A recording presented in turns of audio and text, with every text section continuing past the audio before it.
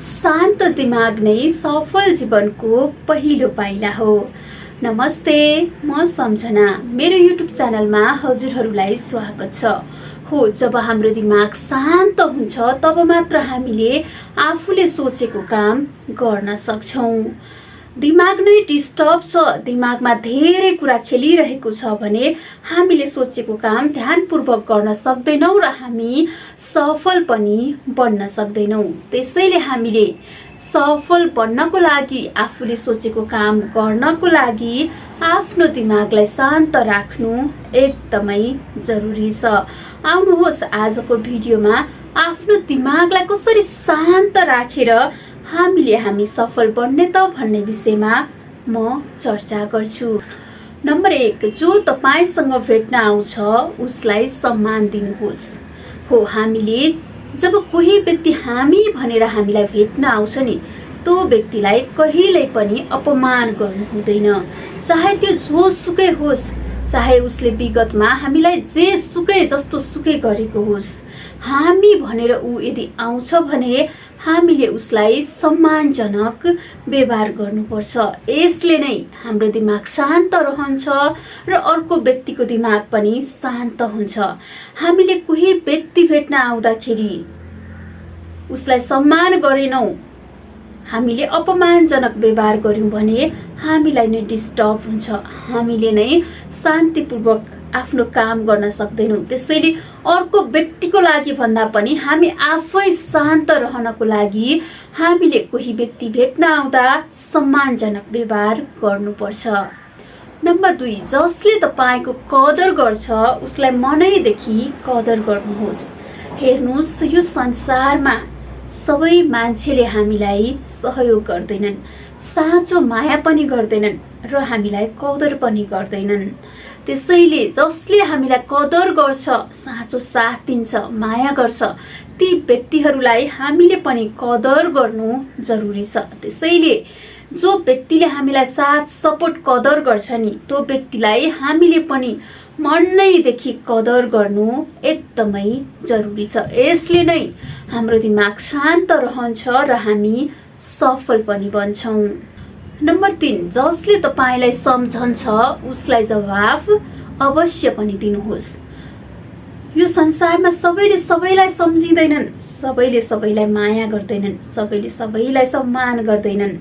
हेर्नुहोस्, हामीले यो संसारमा हामीलाई कदर गर्ने, हामीलाई सम्झिने मान्छे पाउनु भनेको हाम्रो सौभाग्यको कुरा हो। त्यसैले हामीले हामीसँग जोडिएका हाम्रा मिठा सम्बन्धहरूलाई सधैँ सम्झनु, माया गर्नु, कदर गर्नु जरुरी छ। त्यसैले जसले हामीलाई सम्झन्छ नि, त्यो व्यक्तिलाई हामीले पनि जवाफ दिनुपर्छ। अहिले त मान्छेहरू कसरी हामीलाई सम्झिरहेको छ, म्यासेज गरिरहेको छ भने इग्नोर गरिदिने गर्छन्।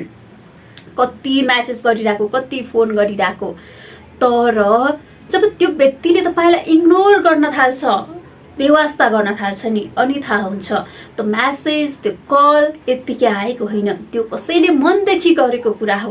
त्यसैले कसैले तपाईँलाई सम्झिएर म्यासेज, कल गर्छ, माया गर्छ, सम्मान गर्छ, सम्झिन्छ भने उनीहरूको त्यो सम्झनालाई हामीले रिप्लाई गर्नु, माया गर्नु, कदर गर्नु एकदमै आवश्यक छ। यो कुराले हाम्रो दिमाग एकदमै शान्त रहन्छ। मैले कसैलाई रेस्पोन्स गरिरहेको छु, मायाको बदला माया, सम्झनाको बदला सम्झना दिइरहेको छु भन्दाखेरि हामी आफैलाई पनि एकदमै शान्त र खुसी महसुस हुन्छ। नम्बर 4, कठिन समयमा साथ दिनेलाई कहिल्यै नबिर्सनुहोस्। समय सधैँ एकनास हुँदैन। हाम्रो जीवनमा कहिले कस्तो परिस्थिति आउँछ, कहिले कस्तो परिस्थिति आउँछ, कहिले हामी एकदमै कठिन परिस्थितिमा उभिएका हुन्छौँ।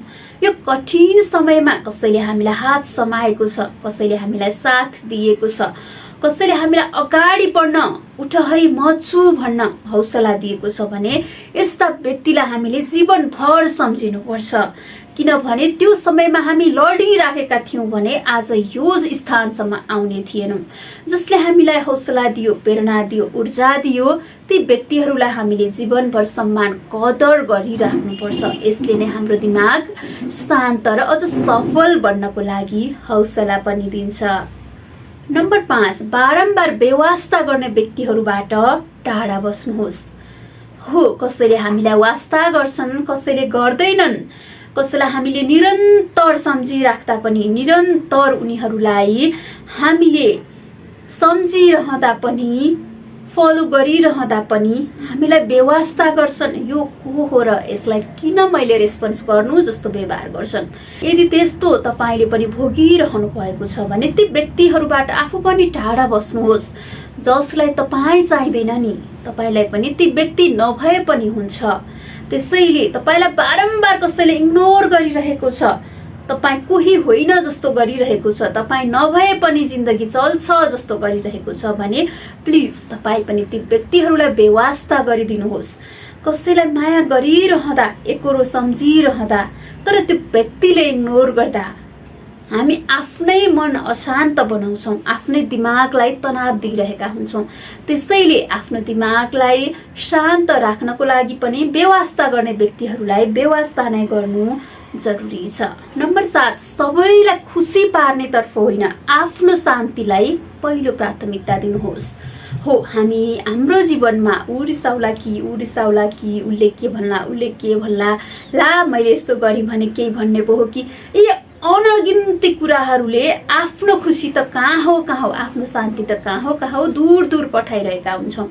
तर हामीले जति सुकै गरे पनि सबैजना हामीसँग खुसी हुँदैनन्, कुनै पनि हालतमा हुँदैनन्। त्यसैले आफ्नो कर्तव्य के हो, मैले गर्नुपर्ने के हो, ती कुराहरू गर्ने, तर अरूकै खुसीको लागि भनेर आफूलाई बारम्बार पीडा नदिने, अरूकै खुसीको पछि नलाग्ने।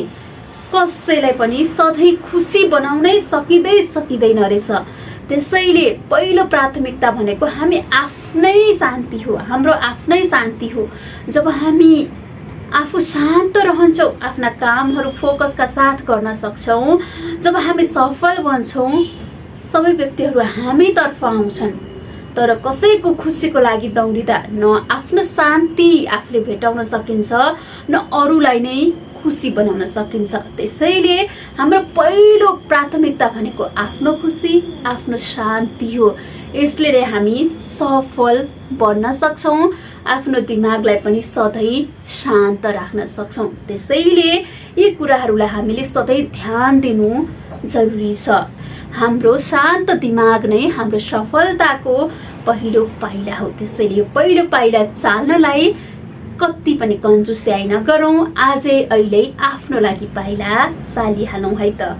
हजुरलाई आजको भिडियो कस्तो लाग्यो, मन पर्यो भने भिडियोलाई लाइक, कमेन्ट र सेयर गर्न नभुल्नुहोला र हाम्रो च्यानललाई सब्स्क्राइब गर्न पनि नभुल्नुहोला। अर्को यस्तै मोटिभेसनल जीवनोपयोगी भिडियोहरूमा तपाईँ अनि मेरो भेट हुने नै छ। यतिन्जेलसम्म मलाई हेरेर सुनेर साथ दिनुभयो सबैजनालाई धेरै धेरै धन्यवाद।